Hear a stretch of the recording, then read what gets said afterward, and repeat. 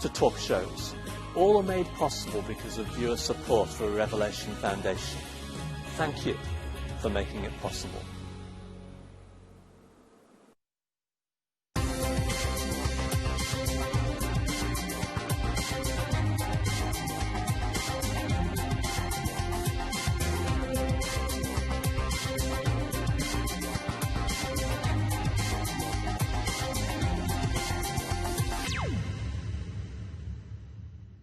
Hello and welcome to the European Report. Here we are again in the heart of the European Union, in the European Parliament. In today's programme we'll be discussing the hideous terrorist attacks that we've seen in Denmark and also the beheading of 21 Egyptian Christians in Libya, and asking how should Europe deal with the threat posed by the Islamic State. And in today's programme I'm joined by Thomas Sandell, who is the founder and director of the European Coalition for Israel, my partner in crime on this programme. So it's great to have you back on the programme, Thomas. And also Charlotte Gutman, who is who's a PR specialist, vice president of the Coordinated Committee of Jewish Organisations, and you're also the vice president of ORT in Belgium. And also joined by Alex Benjamin, who is the director of a new organisation here called the European Israel Public Affairs. So welcome to the programme. I'll kick off with you, Thomas. You weren't on the last programme, and there is so much in world events that have occurred over the last couple of months. Can you share with something to our viewers some of the diplomatic and political initiatives that the European Coalition for Israel has been involved in? Well, thank you, Simon. It's always good to be back and good to be among friends. I will mention two events which have taken place, say, within the last 1 month. Obviously, and that's where I met with Charlotte last time, that was in Prague, in the presidential castle, where we were marking the 70th anniversary of the liberation of Auschwitz. As ECI, we went back to Krakow on Tuesday in the evening and had a very memorable concert of commemoration in the Temple Synagogue of Krakow with David Harris, the director of American Jewish Committee, as one of the speakers, with Tim Uppal, a new minister in the Canadian government, with the head of the Jewish community in Krakow, and a concert with a French ensemble, Colorbach, who played klezmer and Bach in an interesting fusion. But just imagine being in that place, what used to be a lively Jewish community, when at one point a third of the population in Krakow were Jewish, being there just 1 hour away from Auschwitz on the eve of the 70th anniversary of the liberation of Auschwitz. It was very, very special, very moving. Quickly after, we went to the United States, back to the United Nations, in preparation for an event which we will for the first time mark Pesach, the Passover, in the United Nations with luncheon event. And again, to bring back this message to the nations of the UN to say that, listen, the Jewish people have contributed with so much to not only the creation of the UN, but to mankind. And to sit down and think about the message of Passover, freedom from slavery. And this will be in particularly working together with the African nations of the UN. So maybe I could add as well that I was in, of all places in the world, I was in Colorado and Texas to meet with Christian leaders who are realizing that this is a time to stand firm with our Jewish friends. And there was a new initiative which was launched in Colorado to reach out to the younger generations among Christian leaders to really get the Israel message. So it's been a very active and hectic 4 weeks.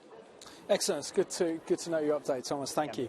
And Alex, it's great to have you back on the programme. I know that you were on last December's programme, and it almost seems like a different world, sadly, now compared to the last 2 months. But you're also involved in a new organisation. Can you tell us something about this new organisation involved in, which is the European Israel Public Affairs. Thank you very much for having me, Simon. Yeah, absolutely. Basically what we do at Europe-Israel Public Affairs is obviously we deal with conflict issues and the relationship between the European institutions and Israel, specifically on the conflict. But more than that, we wanted to broaden our reach. Sadly, in Europe, there's a perception of Israel, particularly amongst the parliamentarians and the Commission, just seeing Israel through the prism of a conflict. And we want to show that Israel is about so much more than that. And how we do that is we talk about high-tech, medicine, pharmacy, all the many, many things which Israel is contributing to the world, which most parliamentarians don't know about. So that's how we try and engage as a broad an audience as possible, dealing with issues which aren't conflict related. Of course we deal with the conflict issues, but in parallel to that, it's vital for us when we're talking about Israel to show parliamentarians and the Commission that Israel is about so much more than just a conflict. Excellent. Well, also I want to thank you so much for helping me put the programme together, helping get guests, and so really appreciate the excellent work that you're doing as well. And it's a pleasure to work with you, Alex, and your organisation. And special thanks to Daphne as well. Really got to thank you, Charlotte, for being on the programme. You're always one of my favourite guests on the programme. You bring the programme alive. So can you give us a bit of a update on some of the activities that you've been involved in here in Brussels, because you're very connected with the Jewish community, the Israeli embassy, and also the Christian community as well? So I want to say thank you for inviting me, and I'm also pleased to be in your program. And what am I involved with lately? Well, I didn't wait for the events that are currently taking place in the world to get closer to the Christians for Israel.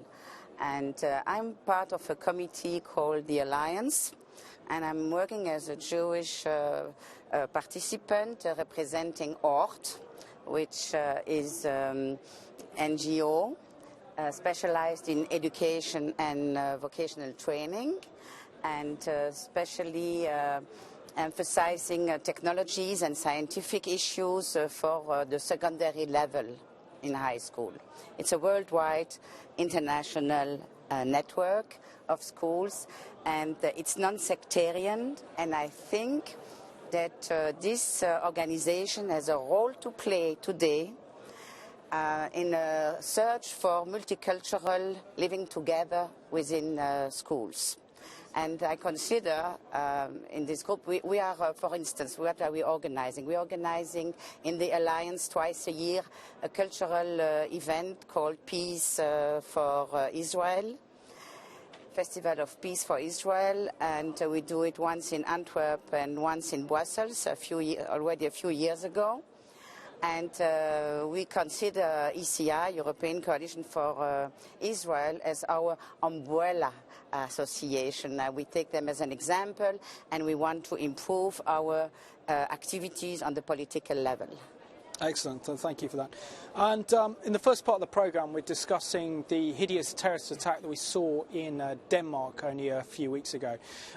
Thomas, I know that you were at the funeral of Dan Uzan, who was the Jewish security guard. He's also an economist, did it on a voluntary basis, but he actually prevented a massacre from taking place while Bar Mitzvah was happening.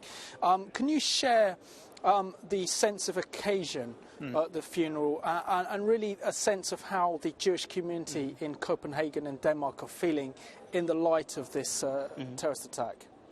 Well, let me say first with a little bit of humor that we were discussing with my wife where we would go on a short holiday with the family.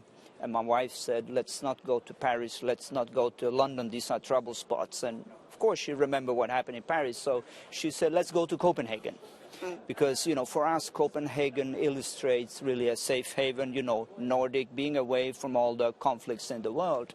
And, of course, what happened was completely the opposite. You know, that's where we saw the next terror attack. So it illustrates something that, you know, the terror is coming closer to home. And there are no safe havens in the world anymore. So the fact that I attended the funeral was something that happened by pure coincidence. I had not planned to be at the funeral, but it was a very moving, a very special moment, a privilege really to be there with the Jewish community. In order to get in, of course, I don't think we've ever seen that type of security measures in Copenhagen, and because they didn't know what would be the reaction even to the funeral, and just to stand there, I didn't have to say anything. I didn't give any speeches, but just to stand in solidarity with the people who have suffered so much, and to get their sense of question, is there a future for us in Denmark after this? Can we feel safe and secure? That was, for me, very, very special. And Alex, I want to bring you on board on this one. I mean, it very much seems that the terror attack we saw in Copenhagen was very much of a copycat attack that we saw in Paris. Can you give us a little bit of an understanding how the Jewish community is feeling across Europe with these rise of terrorist attacks against the Jewish community and also the rise of anti-Semitism that we're seeing in Europe today? It's a very worrying time, there's no doubt about it. I would start by saying that even though it's a deeply worrying time, that the majority of people that I'm speaking to across Europe and in my local Jewish community here in Belgium, the call that Netanyahu and others have made, that come back to Israel, Europe is no longer a safe place for you, has been wholesalely rejected by a majority of the Jewish community that I'm talking to. They say it's unacceptable, that they feel that we have as much right to be in Europe as anyone else. Having said that, there's no doubt about it, Simon, that we're scared, that this is a community that feels that it's under siege. I mean, I can give you an example. Last Shabbat, I was at synagogue, and we ended up, instead of our usual security guard, which is sad that we even need a security guard in the first place, we had a security guard plus 2 armed police officers outside and army at the top of the street. Yeah. Okay, so this is the situation that we're in, and what really struck me is after I finished synagogue, I came home. And I was walking down with my wife towards a market, and I walked past the mosque, and I saw the mosque, and I saw kids running out of the mosque, happy, smiling, families talking out on the street, and I said to myself, something is fundamentally wrong. And to use a Hamlet analogy, there's something rotten in the state of Denmark when we're in a situation where Jews can't feel free to practice their religion or feel that we're afraid to do so. And that's the situation that the majority feel at the moment. We're hoping that it's going to pass. We're hoping that this is just a blip.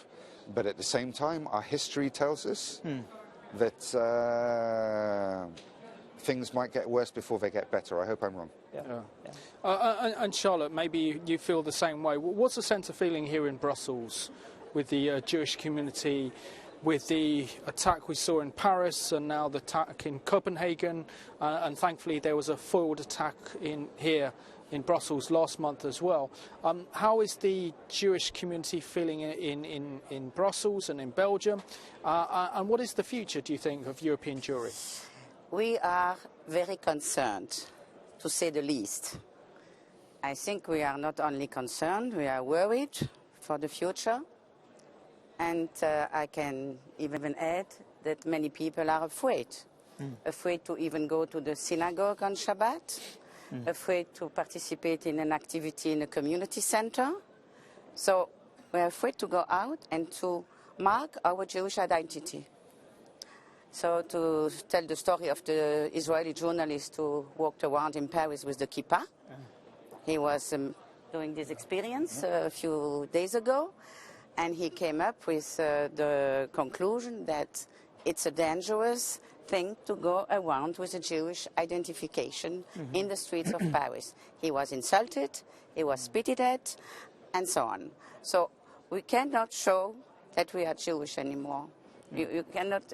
People have taken away the signs, the Magen David, around the neck, and signs are being avoided. Not to attract attention. So this is the situation today. Now, if you look at the website antisemitisme.be, which is a website that is following the anti-Semitic acts and the report on those, there is a rise of anti-Semitic activities in words, in acts, in aggressions, when very related to the political situation in the Middle East. So you really see it in the statistics, and when things are getting worse in Israel, in the Israeli-Palestinian conflict, then there was a rise of anti-Semitic aggressions in Belgium, and I think it's also the case on the European level. Yeah.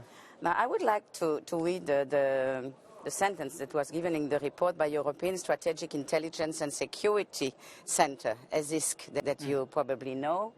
And they're saying that Denmark-Copenhagen shootings prove efficiency of individual jihad, propaganda campaigns launched by IS, Islamic State, and Al-Qaeda. Voilà. So this is a reality, a political reality, the background, and we know that anything can happen anywhere. We don't know when, we don't know how, we don't know where. But we are conscious that the danger is there. There is a threat, obviously. And Thomas, ever since we launched this programme, I think back in May of 2012, we've constantly warned about the growing danger of anti-Semitism, and now, sadly, it looks like it's a reality. And in light of this, certainly as Alex mentioned, that the Israeli Prime Minister Benjamin Netanyahu has ruffled a few feathers in Holland, particularly with the French President Hollande in calling for the Jewish people of Europe to come home. Do you agree with his comments? Well, again, I think it's important to make a distinction. You know, I'm outside of that family. I'm a friend of the family, but I think these are internal issues. The Jewish community worldwide will have to debate. Obviously, what I could say, I agree, 100% with Alex what you said. Jews in Europe should never feel that they are not welcome and safe and secure in Europe. I think that should be crystal clear to anyone. What conclusions a Jewish person would draw in Europe is, of course, always an individual choice. But I think we have to be very clear in this house, throughout Europe, to say to our Jewish friends, Europe would not be the same without you. And I think, and this time we can commend our leaders in the Commission who said it very clearly, Mogherini, Franz Timmermans and others, to say that, the day that Jews no longer feel safe and secure in Europe is a day when Europe has lost some of its values and principles.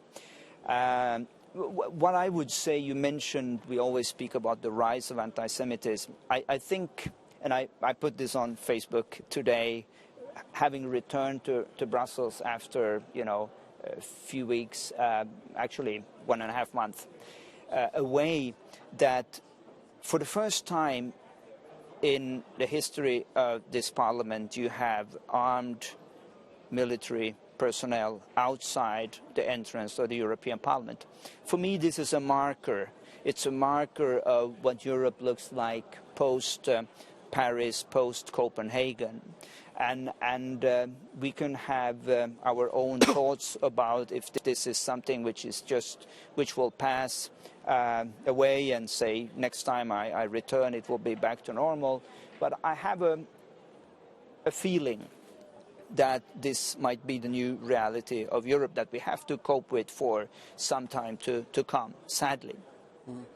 And Alex, in Britain, the all-party parliamentary group published a very comprehensive report on anti-Semitism, looking at anti-Semitic instances from, I think, July of 2014 to November in 2014, which showed a sharp rise of anti-Semitism in Britain and incidences. Also, the Community Service Trust produced their annual report as well, which said that in 2014 in Britain we saw record levels of anti-Semitism. How important is it, do you believe, that EU and European governments get to grips with this new rise of anti-Semitism before it threatens all of our liberty, all of our freedom and all of our democracy here in Europe? It's vital. And one of the things that I'm doing at the moment is I'm working with one of the previous guests, actually, Arnie Gericke, who is working for us at the moment, doing a parliamentary question along with a group that I'm working with in Israel.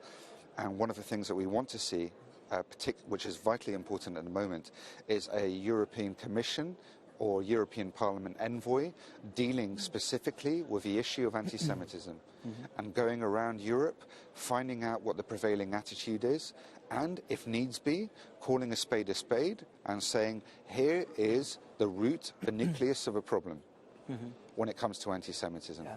Because I see anti-Semitism and the rise of fundamental Islam and the changing demographics in Europe as inextricably linked. It's a bit, if I can use a rather crude analogy, it's a bit like having a hornet's nest at the end of your garden, okay? And in a sense, the troops outside the parliament are indicative of this. There's this fear of going down to the end of the garden and tackling what is there. And we know what's there, and it's a scary thing. It's what threatens us. It's what's scaring a majority of people in Europe.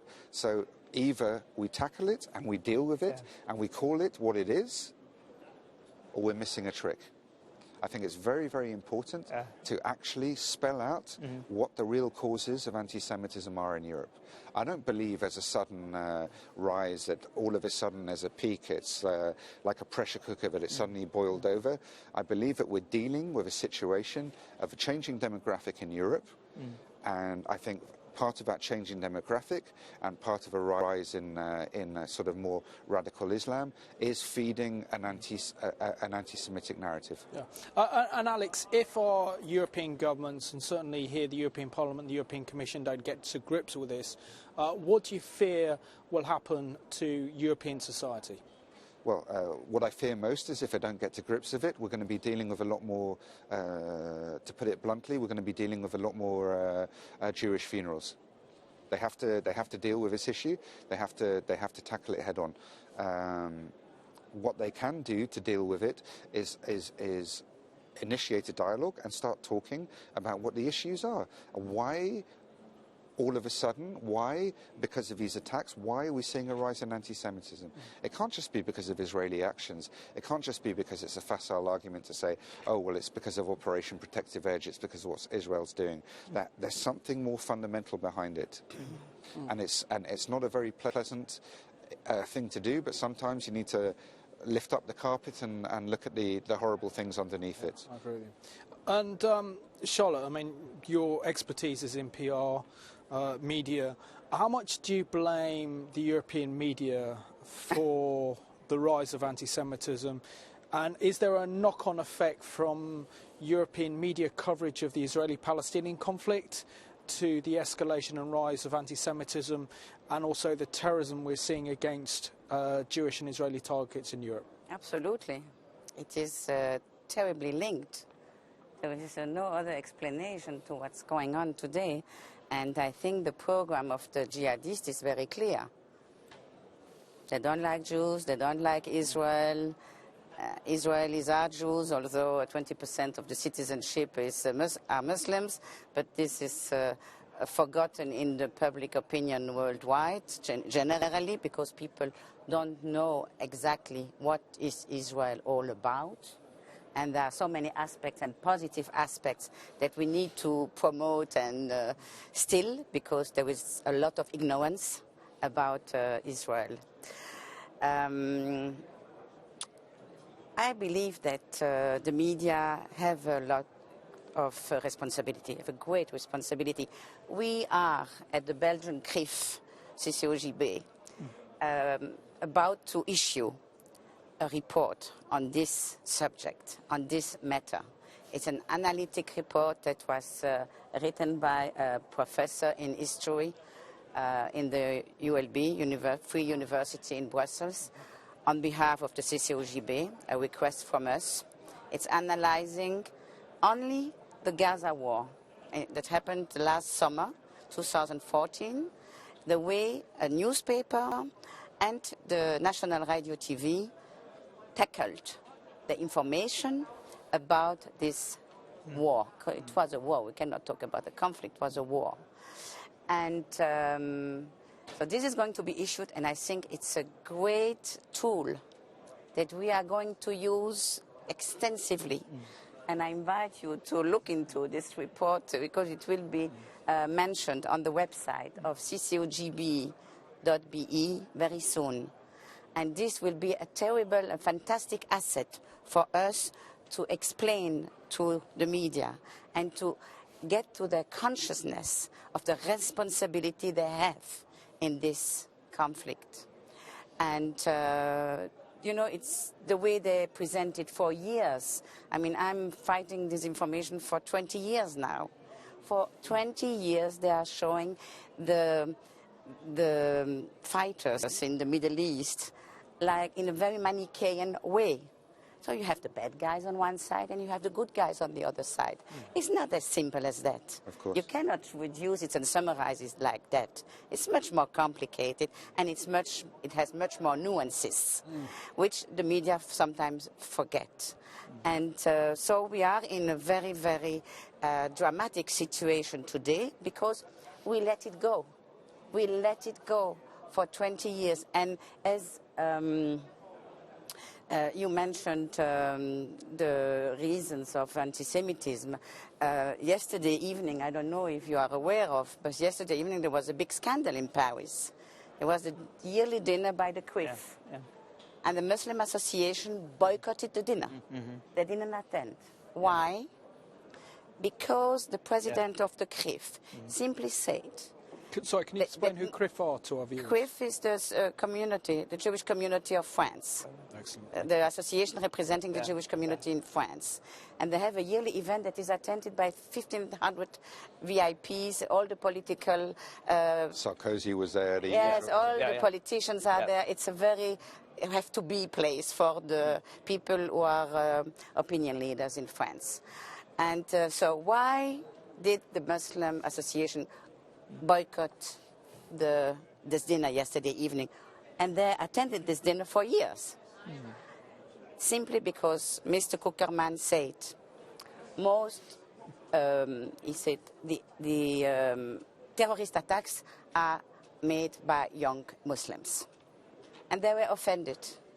Although it's a fact in the statistics, maybe not all the Muslims are involved, and obviously this was not meant by Mr. Kuckerman, but they took it as an excuse to react. And I find it strange. I find it very strange. And I want to mention a sentence by Professor Alan Dershowitz, who was in Prague in one of the panels. Yeah. And he said, this is the sentence that I remember from this whole forum organized by the Jewish European Congress. What is the limit of intolerance? Or rather, what is the limit of tolerance? Should tolerance accept intolerance? And this is the question, I think, that we have to debate. Absolutely, further. it's a very good quote. Thomas. Yeah, I'd like to come in. I mean, the two issues which are very, very interesting, of course, as both of you have mentioned, can we call a spade a spade? And we know this was very difficult in the White House. You know, everyone are looking around to see what is happening on the streets of Paris, of Copenhagen, of Brussels. They see what is happening in the Middle East. This is not football hooliganism. This is not extremism. It's something very specific. And I think we can never win this battle for the minds of the people unless we call it for what it is. But let me also get back to media, because just a few days ago there was upheaval in Sweden. You know, the Israeli ambassador to Stockholm, whom I know, was interviewed about the situation in Copenhagen, and the question that he was asked was this. It was an insinuation saying, well, isn't it so, after all, that Israel and the Jewish people can be blamed for what is happening? And it again, it illustrates the point where media is not explaining the situation, media is not clarifying, media is not a voice of moderation. Media, to a large extent, is enabling what is happening. on the streets of Europe. And the good, conclusion of this incident, of course, was that people reacted. They started calling and said, well, did we really hear this question correctly? How can you even imply that the Jewish people would be somehow responsible for someone killing a Jewish guard in Copenhagen? It's outrageous. But it was said by a very seasoned journalist. It only proves the point that I always try to make on this program, is to say that we can make a difference. Whoever you are watching this program, you can pick up your phone, call your radio and say, well, listen, this is what I heard. I think it's unacceptable and I won't tolerate it. Because they had to come out and apologize. The head of Swedish radio would have to make a public apology, and the journalist came out and said, I'm very sorry, I realize only now that this was, a very, stupid question. But the point still is that she didn't say it spontaneously. This, of course, had been screened by her colleagues, by her bosses at the Swedish radio. But it's up to us to react, because we will decide where do you put the bar. What can we accept, what can we not accept? And unless we will speak up, the bar will be lower and lower and lower when it comes to anti-Semitic slur in public media. Simon, may I Sure, of come course in you on can, that? absolutely. Sure. We had an example in the UK as well. It wasn't just obviously in Sweden with Tim Wilcox. Immediately, the BBC presenter, immediately after the aftermath of Charlie Hebdo and Hyper Cacher, he came out. He did this interview. I'm sure most of your viewers are aware of it, where he said. He was interviewing a Jewish couple and talking about how what their experience was, how they felt threatened and everything. And he said, yeah, well, obviously, it's not just you. Palestinians feel threatened as well. So drawing this kind of sort of moral equivalence, what is worrying? It's all about the language and it's about the narrative. Yeah. And I can think of a BBC as well, when last year you may remember the tragic case of the 3 Jewish teenagers that were taken off and killed.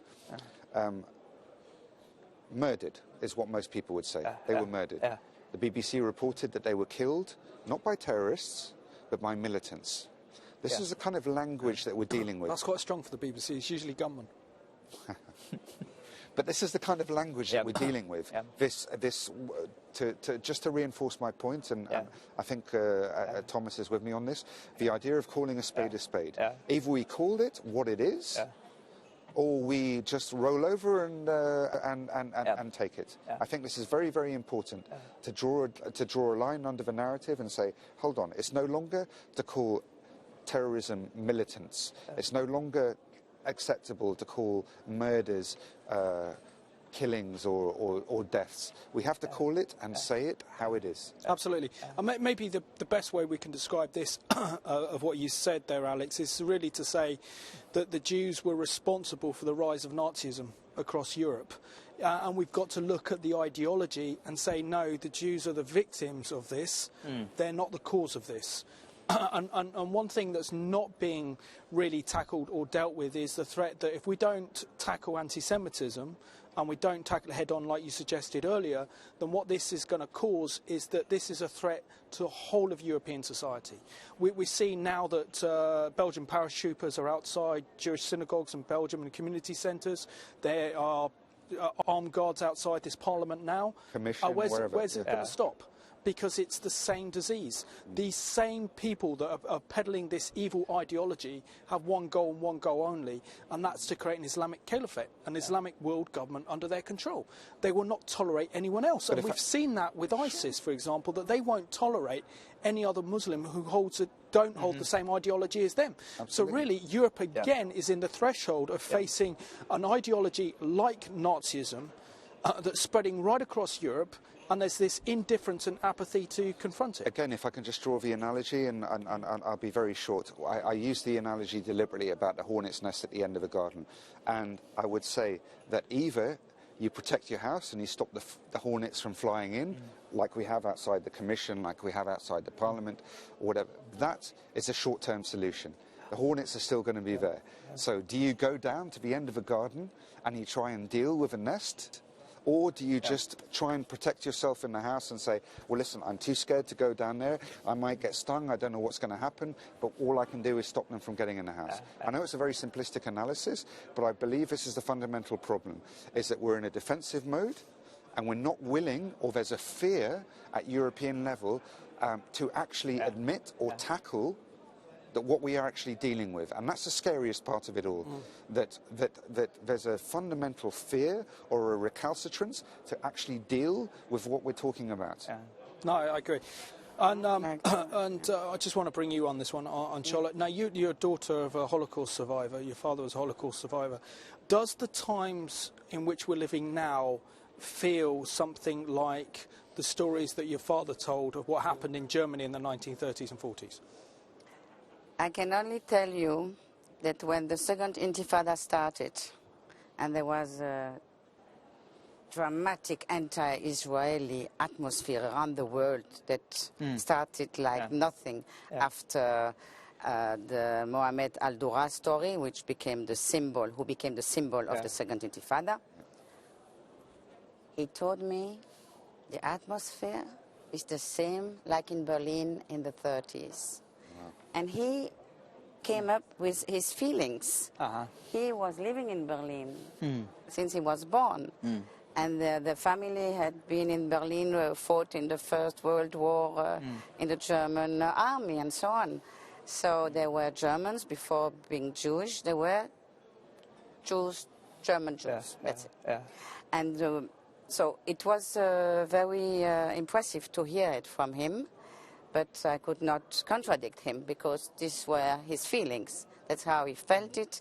He went through it in Berlin, and he felt it when he was here living in Belgium and very close to Israel also. So yes, it is an issue. But what I believe strongly, being, as you said, a PR person with a journalistic background, I have analyzed the ethics of the press and the journalism on this particular region in the world. And I can come up with a summarized sentence, not to make it too long. There are two communication tools that are dramatically used by the anti-Israeli propaganda since about 40 years, a bit more than 40 years, that are the same tools that were used by the Nazis in their anti-Semitic propaganda campaign.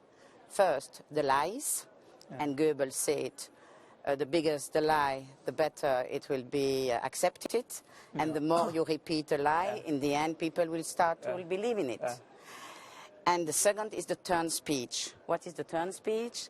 Is you are going, and it's when you hear the politicians, the enemies of Israel speaking, you can identify a turn speech.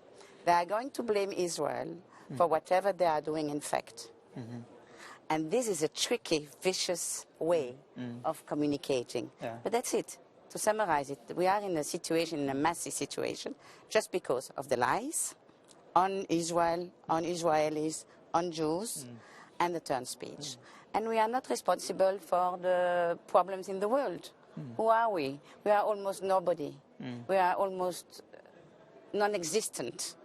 And a professor in the Ben Gurion University made a research a few years ago. How many would we be, Jewish people, if there wouldn't have been all this genocide in our history?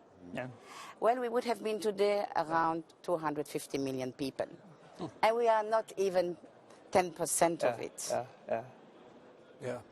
And I want to bring you on board on Thomas. How much of the trouble that we're seeing in the Middle East, particularly the incitement to hatred we're seeing, not only in Palestinian media and education, but right across the Arab world, is being exported to Europe, that is radicalising these young, impressionable European Muslims to go and join a hideous terrorist organisation like ISIS, the Islamic State, and carry out some of the most horrendous atrocities, the likes we haven't really seen since the Nazis, and now they're coming back to Europe and posing a direct threat.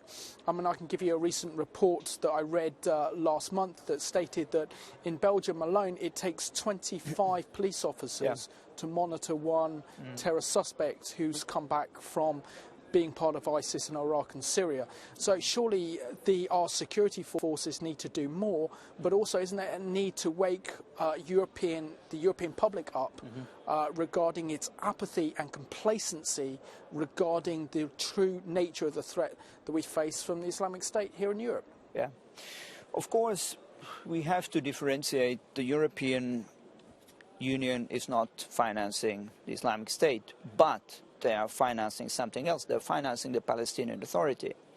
And what we know, and we've discussed it many times on this program, there have been conferences in this parliament about what is happening in that community. And that's where the incitement is very strong. That's when the incitement is incorporated in the charter, not only of Hamas, but also of Fatah. And obviously, if there's anything we can do, because we can't do everything. We can't stamp out hatred everywhere in the world. But what we can do and what we have a responsibility to do is to make sure that we are not funding hatred. And I think, again, Alex, you have done a great job in raising awareness in the parliament about this issue. We did it a number of years ago, but still it hasn't stopped. And it brings me back to another question. It's a discussion I had in Prague on this very special event. And I'm not going to name any names, but this was a prominent EU leader. We met up, we had a meeting, and so I presented myself. And he said, and what has Israel to do with any of this? Meaning what happened 70 years ago in Europe. And I think it illustrates a little bit of the problem in Europe today. When it comes to anti-Semitism within Europe, yes, I believe we have the establishment with us. You know, they would stand up any day and say, you know, the Jews are no longer safe in Europe, this is no longer Europe. But what they are not willing to make the link is to what is happening in Israel, in the Middle East. So on the one hand, they're clear on the situation on the ground in Europe, but at the same time they are feeding, maybe subconsciously, suspicious hatred, incitement towards Israel. And I think if there's anything that the European Union should do at this time is to strengthen Israel. The only thing which makes sense in the Middle East today is Israel. Absolutely. It's the only democratic state. And what the EU should do is to strengthen, to support, to back this state, and not to try to weaken it, trying to jeopardize it, and trying, you know, this nonsense again to say, you know, there should be a Palestinian state next month. It's not going to work. It's just going to be like Libya. Just, you know, look out and see what is happening. Absolutely. And Alex, the final question on this issue we'll be covering. Yesterday, the Daily Telegraph reported that the Somali-based terrorist organisation Al-Shabaab was responsible for the West Keys terrorist attack in the mall in Kenya, has issued a chilling video message in which they called for terror attacks on London's Oxford Street, the Westfield shopping centre, and also they said that they have called on their followers to hasten to heaven by attacking some of the busiest shopping areas in the UK, also with shopping venues in America and Canada, and also Jewish-owned centres. What is it going to take for Europeans, European population as large, to wake up to this threat? It's a very, very good question. I don't know if they're asleep, as opposed to rather not wanting to actually deal with it. It's like the elephant in the room. That's the issue. Is that it's not that they haven't woken up. They know exactly what the threat is, but they just don't know how to deal with it. Because at the end of the day, the fundamental European values of liberalism, of tolerance and everything are completely incompatible with the threat that they're dealing with. So how do you deal with an existential threat when you don't even know where the tools that you're trying to deal with that threat, or dialogue, peaceful negotiation, whatever, these are groups which have no interest in that. They have no interest in us sitting down and having a dialogue. As far as they're concerned, the easiest solution is to drag you kicking and screaming behind this set and shoot you in the head or worse. So how do you deal with that? And I think this is the fundamental problem that Europe finds itself in at the moment. They just physically do not know, physically, mentally, politically, how to deal with this threat. And the final issue of today's programme, we'll be discussing the brutal and horrific murder and beheadings of 21 Egyptian Christians at the hands of Islamic forces associated with the Islamic State in Libya. And really, I just want to ask, Charlotte, what is your response to those images that we saw on our TV screens last week of 21 Egyptian Coptics standing in, wearing those orange jumpsuits and being beheaded by Islamic forces associated with the Islamic State in Libya? I cannot look at these images. I switch off. Because it's so barbarian, it is so unacceptable that I cannot watch it. Like, what is this period? Where are we living in today? I mean, we are in a so-called civilized world. So this takes us back to the Middle Ages and even worse. I don't see how we can deal with it today. And I think that the governments are aware that they have to kill to the last jihadists in this world, to the last IS and so on. I mean, it was clearly said in the forum in Prague that the only way to eradicate the terrorism is to eradicate the Islamic State. I mean, I didn't say it. These were the leaders, political leaders of Europe who claimed it. So they are doing it. They are busy with this strategy.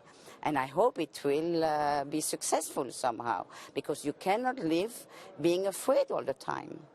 Absolutely. And Thomas, sadly, Europe has largely ignored the plight of the suffering and persecuted church in the Middle East today, and particularly in light of these horrific beheadings that we saw last week at the hands of Islamic forces associated with Islamic State in Libya. Is now not the time for Christians to wake up out of their apathy and realise that the Christian community is under serious threat in the Middle East? And what policies can Europe do in order to protect these ancient Christian communities that predate Islam? It's interesting again that we, the first part of the program we were speaking about persecution of Jewish people. The second part is persecution, what is happening of Christians in the Middle East. What I would like to say is that, and I may have said this before on the program, the only public voice for Christians in the Middle East, the only person who spoke up at the United Nations was a Jew. It was, and I'm proud to call him my friend, Ambassador Ramproso, Ambassador of Israel, the only person to stand up in the Security Council and address this issue. Look what is happening in the Middle East. We cannot tolerate this. Christians are being slaughtered. And I think it symbolizes something. It symbolizes that we belong together. It's not by chance, by accident that we are here as Christians and Jews, that we share this culture of dialogue, of respect, of appreciation. And I'm so proud of my Jewish friends that they were the ones to raise this. If I go even further back, and Charlotte may remember this, I think the first serious journalist to raise this issue globally was A.M. Rosenthal, the long-standing columnist of New York Times, who already some 20 years ago, he started to speak about the plight, write about the plight of Christians in the world. And again, what a wonderful tradition that the Jewish people would be the ones to raise. I mean, you have enough on your plate, let's put it this way, but still to have the energy to engage yourself in the plight of Christians. Not only that, and I can't mention the details, but I know of initiatives to actually bring out the Christians from the region into Europe. And so these are Christians, but the ones who are willing to finance it are from the Jewish community. That's incredible, isn't it? I want to, if I may, add a demonstration we organized here in front of the European Parliament. Yeah. Bring back our boys and girls. Yeah. This was also a common work that we did between Jewish and Christians. Yes. Excellent. And Alex, sadly we've seen the ethnic cleansing of the Jews from the Arab world and from the Middle East back in the 1950s with the establishment of the State of Israel. And now we're seeing the ethnic cleansing of the Christians. And the only safe place for Christianity and other religious minorities in the Middle East is Israel. Can you tell us why? Pluralism. Very simple answer is that Israel is a pluralist society, that we're not dogmatic, that as Jews we value diversity. I mean, you know, there's the old joke about you know, the Jew that's stuck on a desert island, and they rescue him, and he's got they find he's built 2 synagogues, and they say to him, why have you built 2 synagogues? He said, well, one's the one I go to, and the other one I would never step into. Okay, it's in our nature. It's in our nature to have a diversity of opinion, to argue with each other, to dialogue, to talk, to discuss, and we respect that. And one of the most beautiful things about Israeli society and the state of Israel is, okay, it might be a Jewish state, but we have Israeli Arabs, we have Christians, we have Armenians, we have Orthodox, we have all kinds of people living in Israel, and it's this pluralism, it's this need to be around different views, even if it's just to reinforce our own opinions, to say, listen, we respect your views, but that makes us even more sure of our own. That's fine, but when we're dealing with outside of Israel, there isn't this tolerance, there isn't this pluralism. It's a dogmatism. It's, in fact, we were talking about the Second World War. It's fascism. It's my way, or if you don't agree with my way, then you're put to the sword. And it really is that simple. We're down to the last 4 minutes of the programme, so I think we have to sum up, really. And I'll start off with you, Charlotte. How can the Christian community respond and stand with the Jewish community? What we've really discussed as a very dangerous and critical time in European history right now. I think that in a way I covered it while talking about the Alliance, which is this committee, Jewish Christian committee, I'm very happy to be part of. And we are trying more and more, you know, to be active on the political level because we were a bit shy.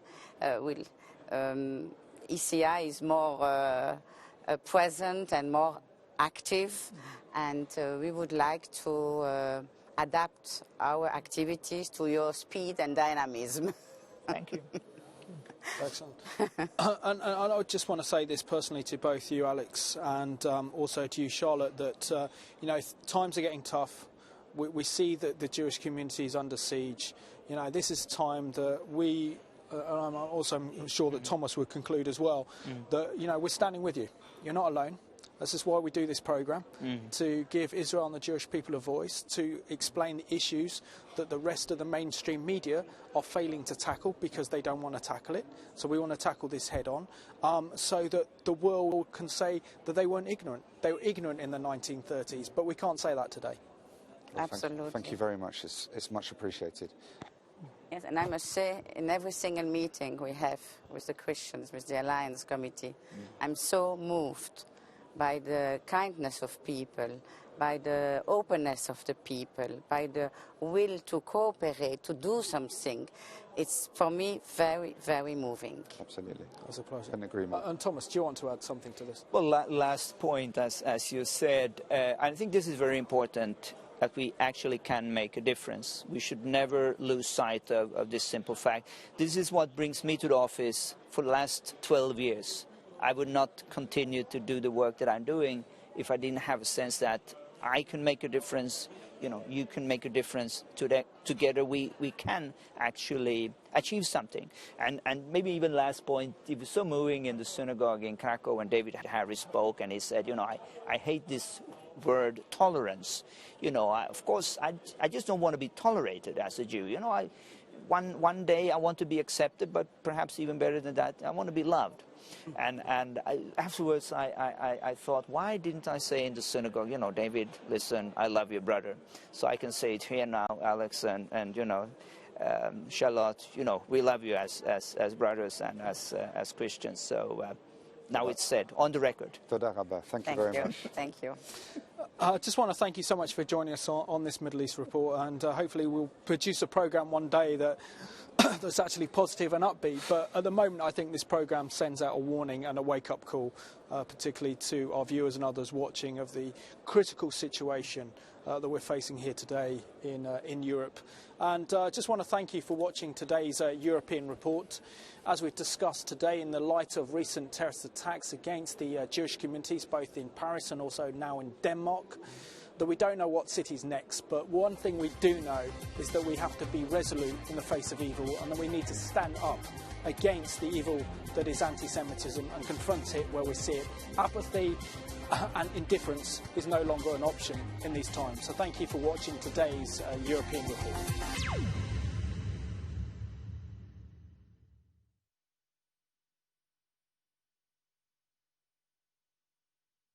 The programme you've been watching was made possible because of viewer support for the Revelation Foundation.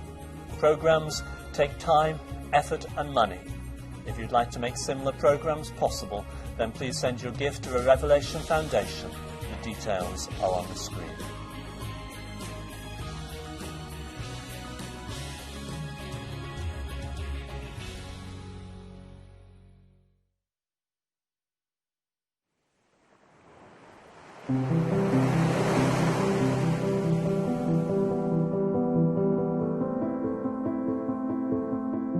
Mercy Ships is a unique organisation because it is bringing services to countries that would otherwise never be able to access those services. It gives us the flexibility to bring first world healthcare to the developing world. The diseases, the medical conditions we encounter are the diseases of poverty, abject poverty. Much of what we address would not be there if it weren't for the level of poverty in these nations. The millions of people who either physically or financially do not have access to health care are staggering. People say to me, well, there's all these millions.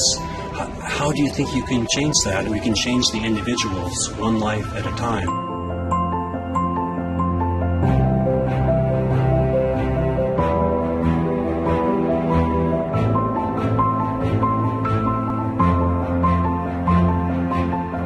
Just see people that need help, you realise that they have no way of getting help, and I want them to know that they're loved. Love is a language that doesn't need words all the time. You can show compassion and care for them.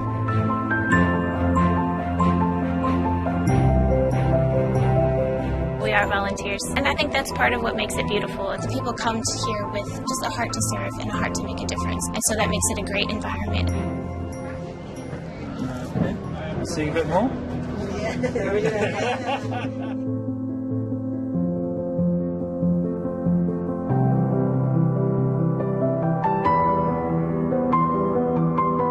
After the rejection and the ridicule and the hard lives that they've had up until this point, then to have a ward full of nurses and the other ship staff, people just pour out so much love on them. Love does make a difference. Every single patient that comes in here does come away with not only physical healing but also emotional and spiritual healing as well. What happens in their hearts is really what changes them, and that's what I think empowers them to go home and be people and to get jobs and to go to school and to believe in themselves. This is really the setting that Mercy Ships fits into. Bringing this hospital ship in, which is a state-of-the-art platform, surgeons, nurses, professionals from all over the world, offering this free of charge at the highest standards is unique. We're working hard here to leave a legacy of improved healthcare. We can stand in the gap while we encourage the development of the healthcare systems in the nations in which we serve. Mercy Ships gets very much the concept of training. We're always trying to do ourselves out of a job. That's perfect, really, because they've got the skills and they kind of get the program. That's kind of the aim, really. We want the day to come when all the nations on earth are able to care for their people, and we have a long ways to go, especially as we're serving in some of the poorest nations in the world.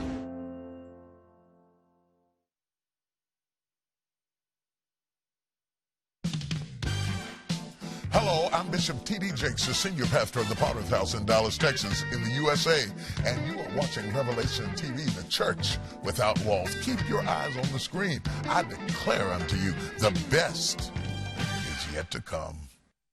Revelation.